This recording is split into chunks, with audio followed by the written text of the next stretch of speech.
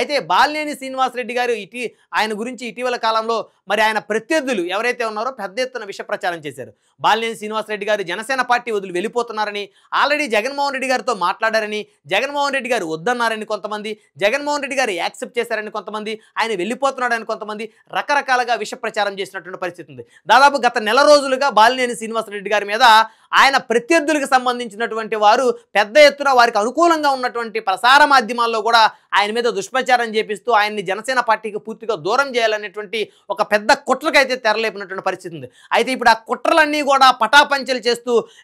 AP deputy CM Janasena అధినేత ఆయన బాలినేని శ్రీనివాసరెడ్డి గారిని అంత పెద్ద వేదిక మీద ఆలింగనం చేసుకోవటం, వాసు బాలినేని సీనన్న అని చెప్పేసి గౌరవంగా మాట్లాడడం, శ్రీనివాస్ గారు లాంటి వ్యక్తులు